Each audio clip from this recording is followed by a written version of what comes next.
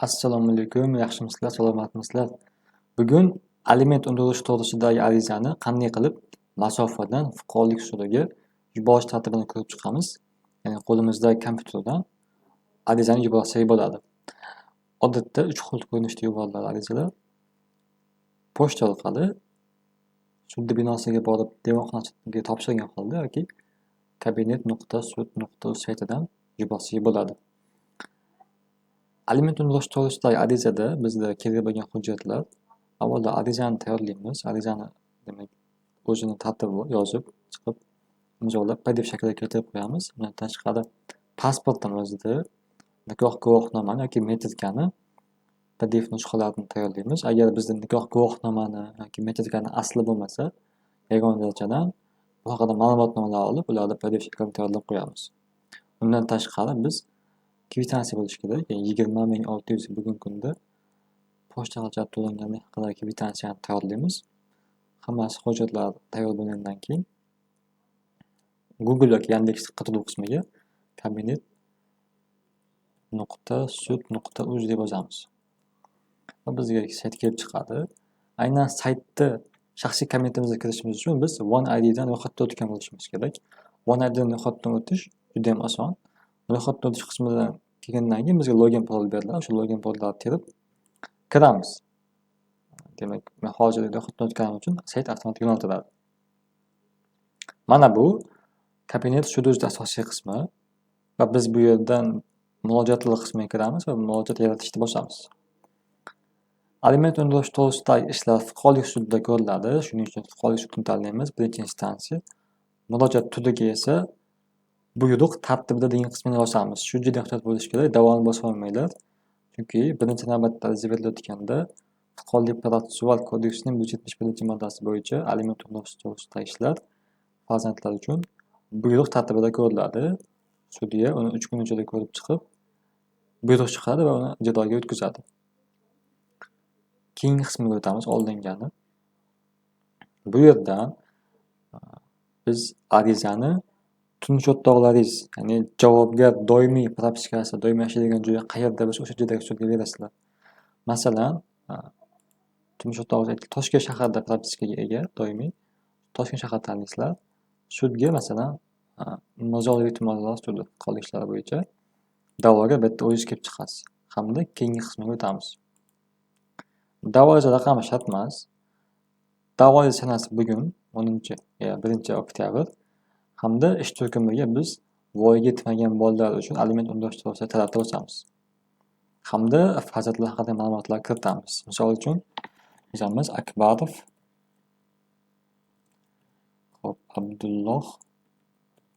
Abdurahmon o'g'li.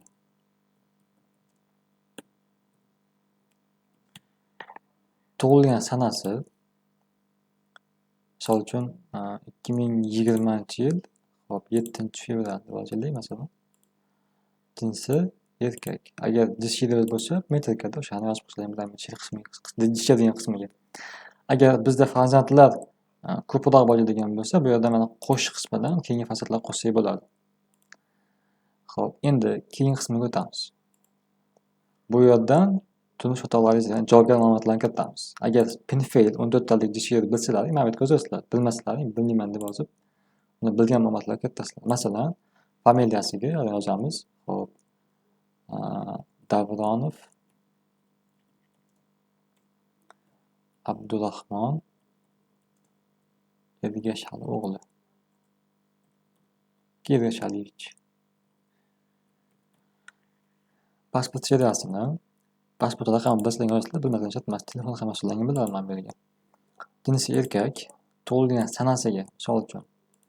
Xo'p, 1997-yil 28-may yozaylik.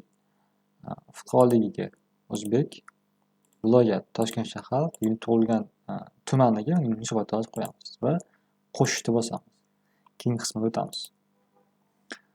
Davlat bojini imtiyoz bilan to'lamaysiz. Davlat boji to'g'risidagi qonun 8-moddasi bo'yicha to'lanmaydi. Davlat boji pochta xarajati bo'lsa 20,600 so'm. Pochta xarajati haqidagi kvitansiyani biz mana bu yerda olamiz. Ya'ni billing sud.uz saytiga kirasizlar va shu yerdan yaratish degan qismidan aynan mana shu ma'lumotlar orqali to'ldirib yaratiladi kvitansiya.